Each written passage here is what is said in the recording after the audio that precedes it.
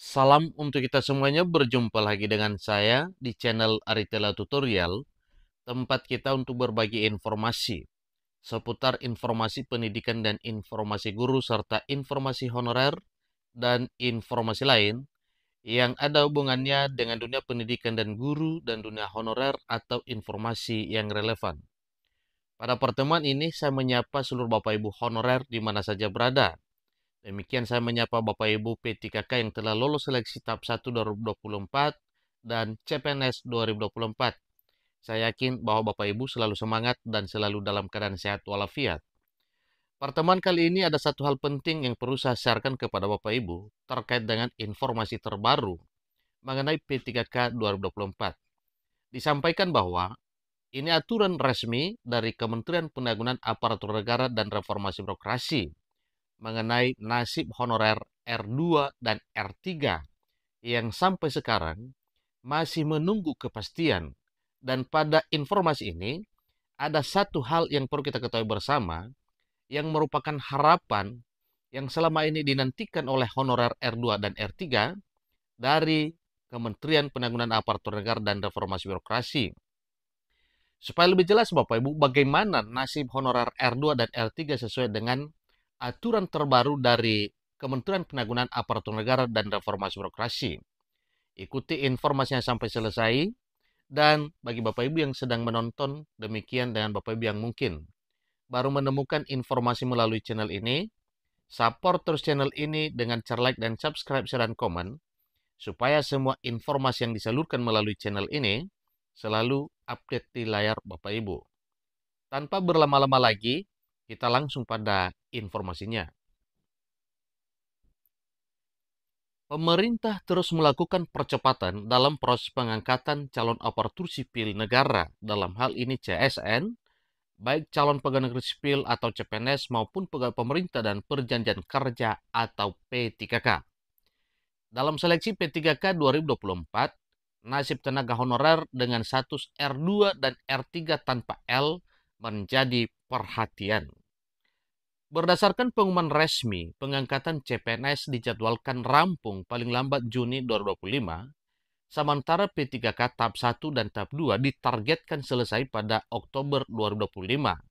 Dengan catatan bahwa P3K tahap 1 didahulukan, terbukti bahwa beberapa daerah juga ada yang melantik P3K tahap 1 pada April bahkan Mei 2025 tahun ini. Tentu yang sampai Oktober nantinya adalah para P3K tahap 2.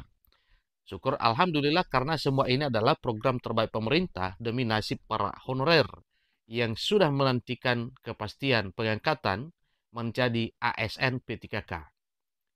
Sejalan dengan itu, Kementerian Penanggulangan Aparatur Negara dan Reformasi Birokrasi telah menetapkan aturan mengenai status tenaga honorer dengan kode R2 dan R3 tanpa L dalam pengumuman seleksi P3K 2025 tahap 1 beberapa waktu yang lalu.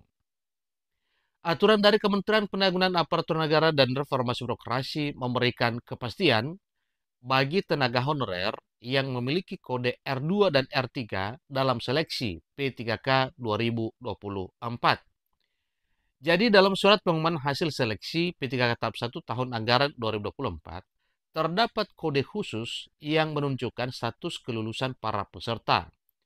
Dua kode utama yang harus dipahami oleh para pelamar adalah R2 dan R3, R2 per L dan R3 per L. Jadi ini juga perlu kita perhatikan dan perlu kita ketahui apa maksud dan tujuannya Bapak Ibu. Sehingga disampaikan bahwa honorer R2 dan R3 ini menjadi perhatian pemerintah untuk segera diangkat menjadi ASN P3K pada tahun 2025 tahun ini. Kode R2 garing L diberikan kepada ex tenaga honorer kategori 2 atau THK 2 yang lulus seleksi berdasarkan skala prioritas pemerintah. Jadi mereka lah yang memiliki kode itu Bapak Ibu ya. Peserta dengan kode ini akan diangkat sebagai P3K penuh waktu sesuai formasi jabatan yang tersedia. Kode R3 garing L diberikan kepada peserta non-ASN yang terdata dalam keputusan Men 4 RB nomor 347 tahun 2024 dan telah dinyatakan lulus seleksi. Sama seperti R2-L, mereka juga akan diangkat sebagai P3K penuh waktu berdasarkan kebutuhan instansi. Namun bagi peserta dengan kode R2 atau R3 tanpa huruf L, berarti mereka tidak mendapatkan formasi jabatan meskipun telah memenuhi syarat seleksi. Sesuai kebijakan Kementerian Penanggulangan Aparatur Negara dan Reformasi Birokrasi, mereka berpeluang diangkat sebagai P3K per waktu bergantung pada kebutuhan pemerintah. Nah, Bapak Ibu, aturan resmi mengenai P3K per waktu.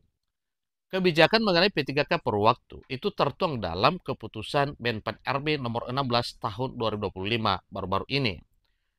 Tentunya berdasarkan keputusan Men 4 RB nomor 16 ini itu adalah yang menjadi patokan bagi Bapak Ibu honorer untuk diangkat menjadi ASN P3K pada tahun 2025. Dalam aturan ini, pemerintah memberikan kesempatan kepada tenaga honorer yang belum mendapatkan formasi untuk diangkat menjadi ASN melalui jalur P3K paruh waktu.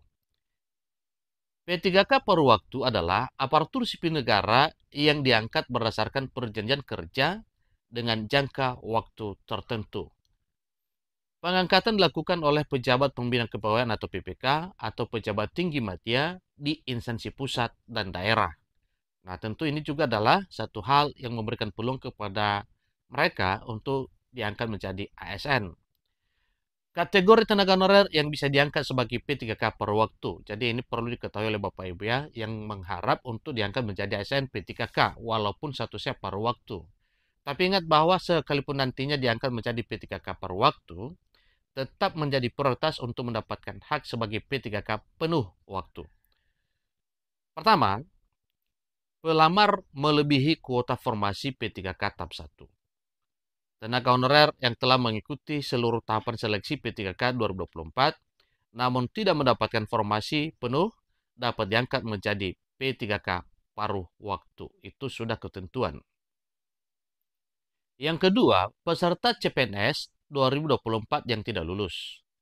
Tenaga honorer yang mengikuti seleksi CPNS 2024 tetapi tidak lolos dapat langsung diangkat sebagai P3K per waktu dengan syarat mereka terdaftar dalam database non-ASN BKN.